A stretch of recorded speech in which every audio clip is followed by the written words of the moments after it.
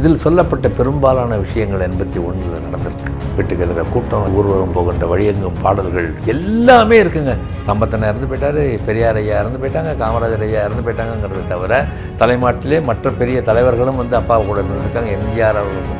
ஆக கண்ணதாசன் திமுக விட்டு வெளியே வந்ததுக்கு பிறகு எந்த கட்சிக்கும் போகல. அவர் ஒரு கட்சி ஆரம்பித்தாங்க, அந்த கட்சி காங்கிரஸோடு சேர்ந்துருச்சு. திமுகவில் இருந்தார், திமுகலேருந்து வெளியே வந்துட்டார். அது ஒன்று தான் அவர் மாறின இடம். இவங்க ஒரு கட்சி ஆரம்பிக்கிறாங்க, அந்த கட்சி காங்கிரஸோடு சேருது. காங்கிரஸ் 2ஆக பிரியுது. அதில் இந்திரா காங்கிரஸில் இவர் இருக்கார், இன்னொரு காங்கிரஸில் காமராஜர் ஐயாலாம் இருக்காங்க. நான் நிரந்தரமானவன், அழிவதில்லை, எந்த நிலையிலும் எனக்கு மரணம் இல்லை. வணக்கம், நான் அண்ணாதுரை கண்ணதாசன். என்னுடைய கண்ணதாசன் புரொடக்ஷன்ஸ் யூடியூப் சேனலுக்கு மீண்டும் உங்களை வரவேற்கிறேன். சமீபத்தில் கண்ணதாசன் பதிப்பகம் வெளியிட்ட கண்ணதாசன் கட்டுரைகள் அப்படின்னு ஒரு புத்தகத்தை படிக்க நேர்ந்தது. அப்பப்போ புரட்டி பார்ப்பேன், இது எப்பயோ படித்த ஒரு கட்டுரை தான், இருந்தாலும் இப்போ அது திரும்ப படிக்கக்கூடிய வாய்ப்பு கிடைச்சிது. அதில் படிக்கும்போது எனக்கு அப்பாவுடைய தீர்க்க தரிசனத்தை நினச்சி அப்படியே ஒரு ஆச்சரியம் வந்துச்சு. அதாவது 1964ஆம் வருடம் எனது மரண சாசனம் அப்படிங்கிற தலைப்பில் ஒரு கட்டுரை எழுதியிருக்காரு. அந்த கட்டுரையில் அவர் சொல்லியிருக்க விஷயங்களை ரொம்ப ஆச்சரியமாக இருக்குங்க. அதாவது திராவிட முன்னேற்ற கழகத்திலேருந்து விலகி சம்பத்தனை அப்பா சிவாஜி சார் கூட இவங்க இதில் இருந்திருக்காரு. எல்லாருமே சேர்ந்து தமிழ் தேசிய கட்சி அப்படின்னு ஒன்று ஆரம்பித்தாங்க. இது 1961ஆம் வருஷம். ஸோ அந்த 61 தான் அதுலேருந்து பிரிஞ்சு இங்கே கட்சியை ஆரம்பிக்கிறாங்க. இந்த கட்சியை ஆரம்பித்து நடத்தும் போது ஒரு காலகட்டத்துக்கு பிறகு பணம் வேணும் இல்லையா? பணம் வேணும். கண்ணதாசன் சம்பாரிச்சு அவங்க கொடுக்குறாங்க எவ்வளோ நாள் பண்ண முடியும்? அப்படி போகும்போது அதை நடத்த முடியாமல் கொண்டு போய் 1964ஆம் ஆண்டு காங்கிரஸ் கொண்டு போய் அதை கட்சியை இணைச்சிடுறாங்க. ஆக கண்ணதாசன் திமுக விட்டு வெளியே வந்ததுக்கு பிறகு எந்த கட்சிக்கும் போகல. அவர் ஒரு கட்சி ஆரம்பித்தாங்க, அந்த கட்சி காங்கிரஸோடு சேர்ந்துருச்சு. இன்றைக்கெல்லாம் பார்த்திங்கன்னா ஒரு 2 நாளைக்கு ஒரு தடவை கட்சி மாறிக்கிட்டு இருக்காங்க. அதை பார்த்தா கண்ணதாசன் அந்த கட்சிக்கு போவார், இந்த கட்சிக்கு போவார்னு கட்சி மாறினதை பெருசாக சொல்கிறாங்க. கட்சியே மாறல. திமுகவில் இருந்தார், திமுகலேருந்து வெளியே வந்துட்டார். அது ஒன்று தான் அவர் மாறின இடம்.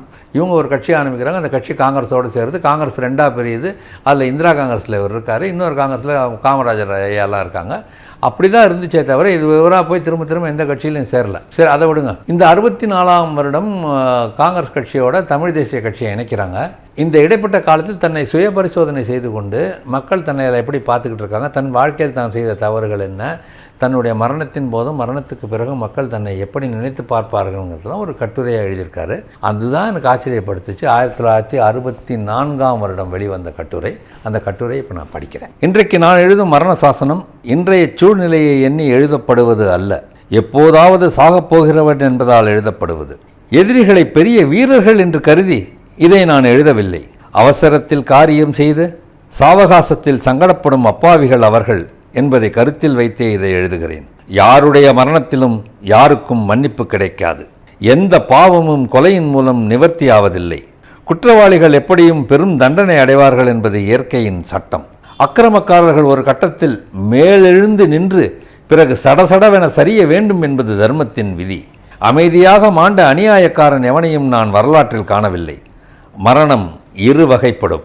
ஒன்று கொல்லப்படுகிறவன் மரணம், இன்னொன்று கொல்லுகிறவன் மரணம். கொல்லப்படுகிறவன் உடனடியாக மாண்டு விடுகிறான். கொலை செய்கிறவன் தினமும் செத்துக்கொண்டே இருப்பான்.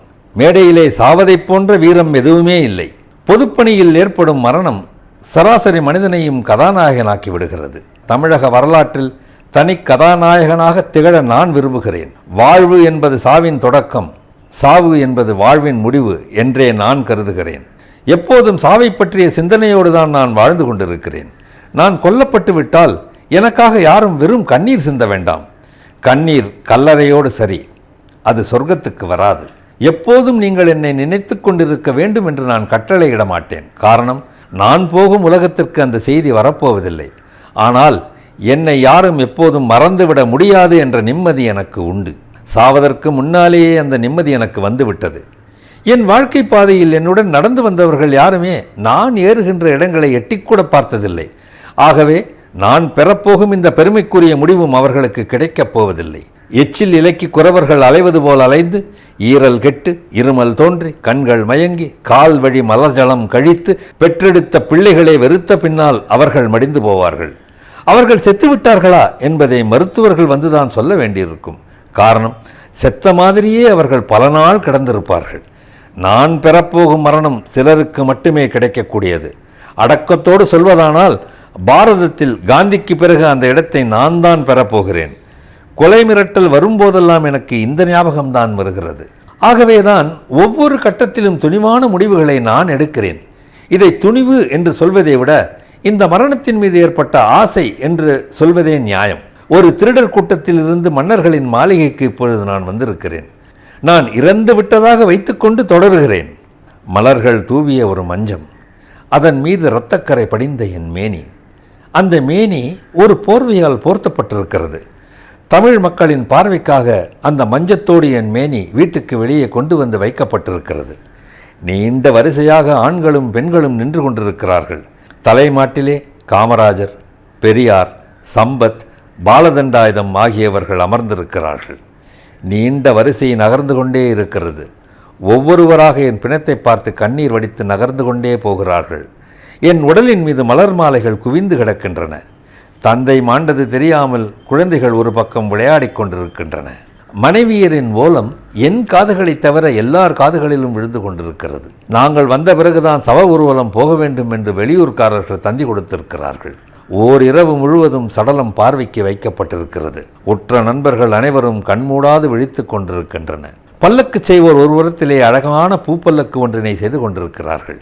காலை 4 மணியிலிருந்தே வெளியூர் கூட்டம் வரத் தொடங்குகிறது. என் வீட்டைச் சுற்றியுள்ள சாலைகள் நிரம்பி வழிகின்றன. 9 மணிக்கு ஊர்வலம் தொடங்குகிறது. தலைமகன் கொள்ளிச்சட்டி ஏந்தி முன்னால் செல்கிறான். மக்கள் வெள்ளம் அலைமோத பல்லக்கு தூக்கப்படுகிறது. வழிநெடுகிலும் ஒலிபெருக்கிகள் என் பாடல்களை இசைத்து கொண்டிருக்கின்றன. போனால் போகட்டும் போடா என்று அழுத்துக் கொள்கிறது ஒரு பாட்டு. வீடு வரை உறவு என்று வேதாந்தம் விரிக்கிறது ஒரு பாட்டு.